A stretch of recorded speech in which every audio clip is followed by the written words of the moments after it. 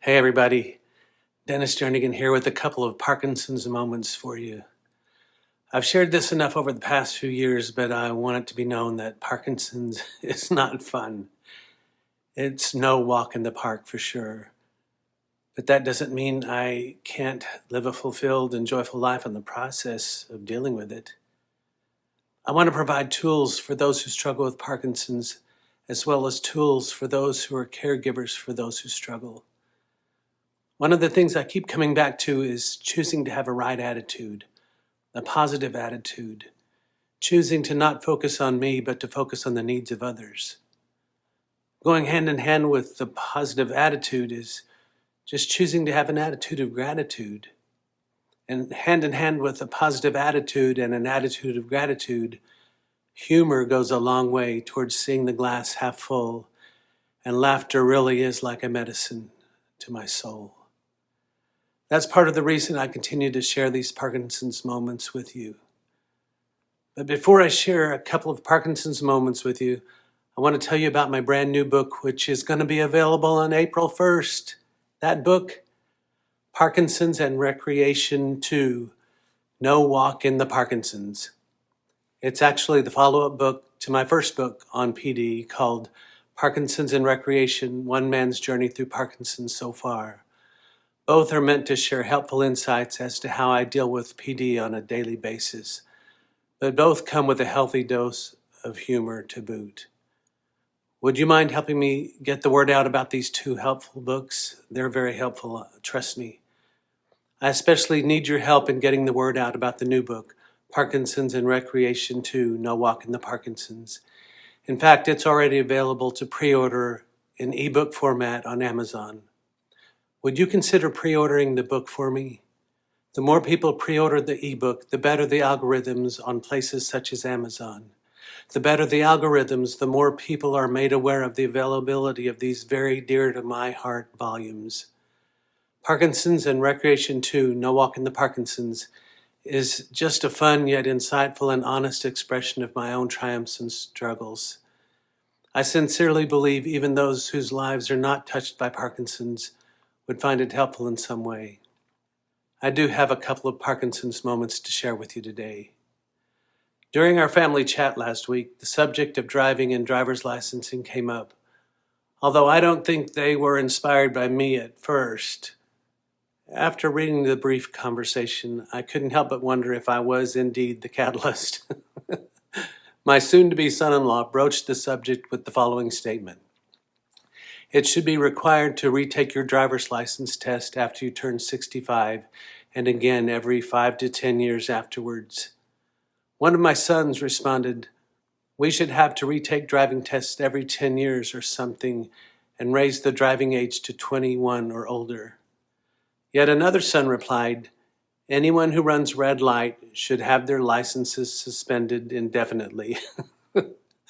One of my daughters then added this, Dad wouldn't have a license then, LOL. I was in the car with him once when he accidentally ran a red light. The one right in front of the police department to be exact, LOL. But to be fair, it is the most weirdly placed traffic light in downtown Muskogee. My reply, and that was before Parkinson's, LOL. It's in moments like that in which I find a lot of joy, and I'm reminded that laughter truly does do good, like a medicine for the soul. I'm calling this next Parkinson's moment a day in the life. Having Parkinson's sometimes makes sleep almost impossible, but I have a routine and the proper meds that have really helped me get into a good routine in which I get between 7 to 8 hours of good sleep each night. That all changed this past week thanks to one of our roosters. One of my daughters keeps one part of her chicken flock here on our farm. Several months ago, she released an older rooster from the free-range pen and into the free range of the entire farm. He has been seen in the forests and out in the open fields and tries to rejoin his former hens every day.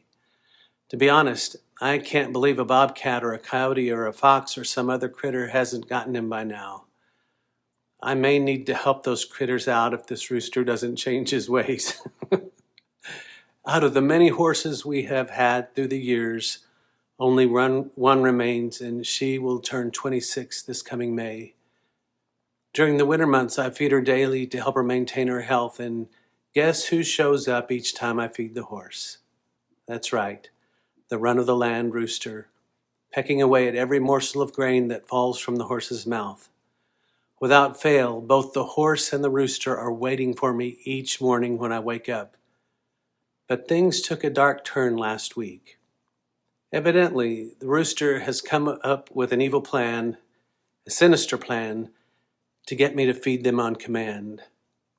One morning last week, I was awakened by a barrage of cock-a-doodle-doos right outside my window that lasted for about 15 minutes. I'm serious.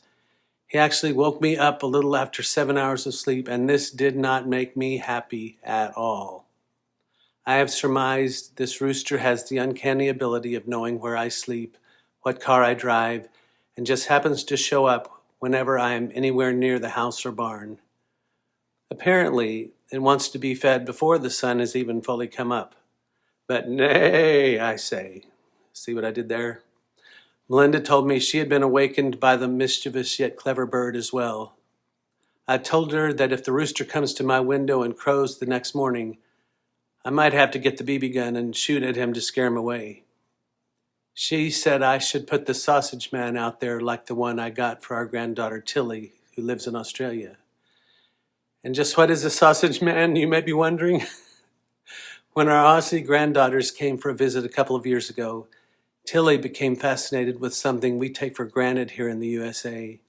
Something so commonly seen at car dealerships and furniture outlets and all manner of small businesses that we hardly notice their existence anymore. Tilly thought they looked like sausages. A sausage man is an inflatable stick figure comprising sections of fabric tubing attached to a fan. As the fan blows air through it, the tubing moves in a dynamic dancing or flailing motion. You've all seen them. It's better known by a few other names. A tube man, also known as a sky dancer, air dancer, inflatable man, and originally called the tall boy. You know, a sausage man. I, of course, thought this was not the answer and gave my family the sit rep. When I shared this with my family, 3 of my 5 daughters, who happened to raise chickens, explained to me that they had considered using the standard tall air dancers to keep chicken hawks away from their flocks, but that it probably wouldn't work to keep the rooster silent. So I stand half corrected. So Melinda then suggested I put Baby Groot outside my window since it's motion sensitive. If you don't know what a Baby Groot is a character from the first Guardians of the Galaxy movie who's planted in a pot at the end of the movie and dances to the Jackson 5 song, I Want You Back. She thinks Baby Groot would scare the rooster away. I said, I love your idea, but wouldn't the music of this dance tune wake me up just like the crowing of the rooster? Her ideas are amazing and innovative and as funny as heck, but we still have no surefire solution as of today. Because of that, Melinda is now the official Rooster Patrol or Rooster Control Chief of Staff. I thought you might like to have a glimpse into what my life is like these days. Hopefully it gives you a bit of insight as to how we approach life, Parkinson's and all, with joy and hope and a different point of view. Here's a suggestion for something to listen to if you're feeling you're up against the wall, or if you find yourself in the midst of a fiery trial of life. Listen to my 12-song album, The Middle of Nowhere, from beginning to end. Each song is a testament of seeing life from a different point of view, even in the midst of suffering. And once again, it would mean a great deal to me if you would consider going to Amazon and pre-ordering the ebook version of my new volume on Parkinson's called Parkinson's and Recreation 2, No Walk in the Parkinsons. Well, I've shared way too much this week, but thanks for watching and listening. Have a great day, and may you sleep well tonight and rise after a good night's sleep without a pesky rooster sounding reveille.